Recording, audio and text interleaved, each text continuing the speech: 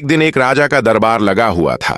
सर्दी के दिन थे, इसलिए राजा का दरबार खुले में लगा हुआ था। राजा की सारी प्रजा सुबह की धूप में बैठी हुई थी।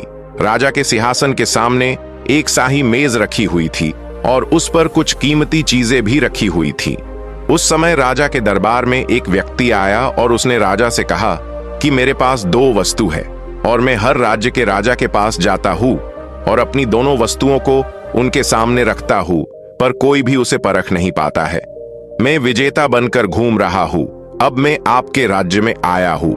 राजा ने उसे थोड़ा और अपने करीब बुलाया और उनसे पूछा कि वो दो कौन सी वस्तुएं हैं। उस व्यक्ति ने वो दोनों वस्तुएं राजा के उस कीमती मेज पर रख दी।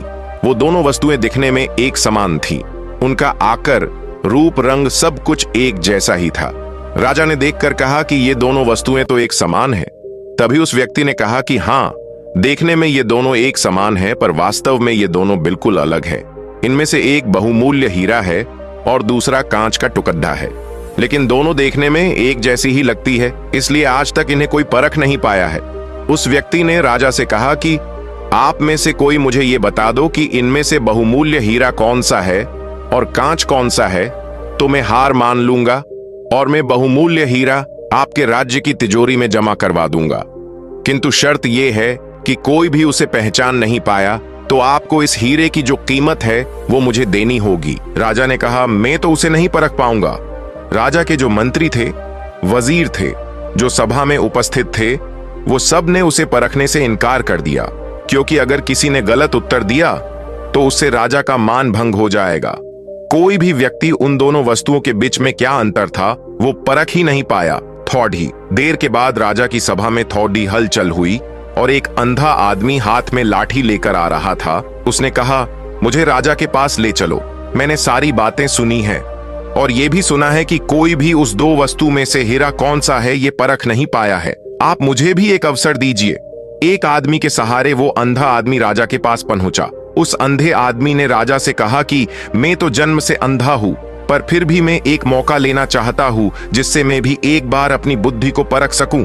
हो सकता है मैं सफल भी हो जाऊं, और यदि मैं सफल ना हुआ तो आप तो पहले से ही हारे हुए हैं। राजा को लगा कि मुझे इसे एक अवसर देना चाहिए और उन्होंने उस व्यक्ति से कहा कि अच्छा ठीक है, मैं तुम्हें एक अवसर देता हूं। उस अंधे आदमी को दोनों चीजें छुआ दी गई और उनसे पूछा गया कि इनमें से हीरा कौन सा है और कांच कौन सा है।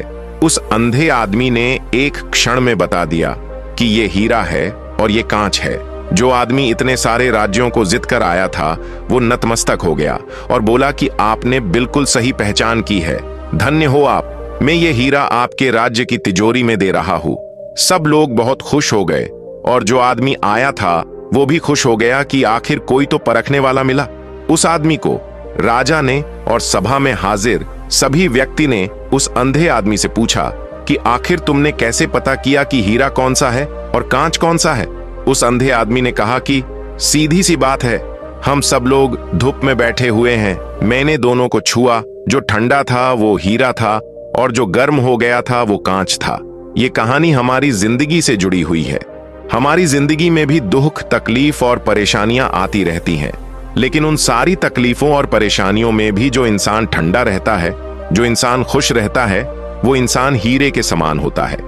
लेकिन जो इंसान दुखों के आ जाने पर घबरा जाता है, बहुत ज्यादा दुखी हो जाता है और टूट जाता है, गर्म हो जाता है, वो इंसान कांच के समान होता है।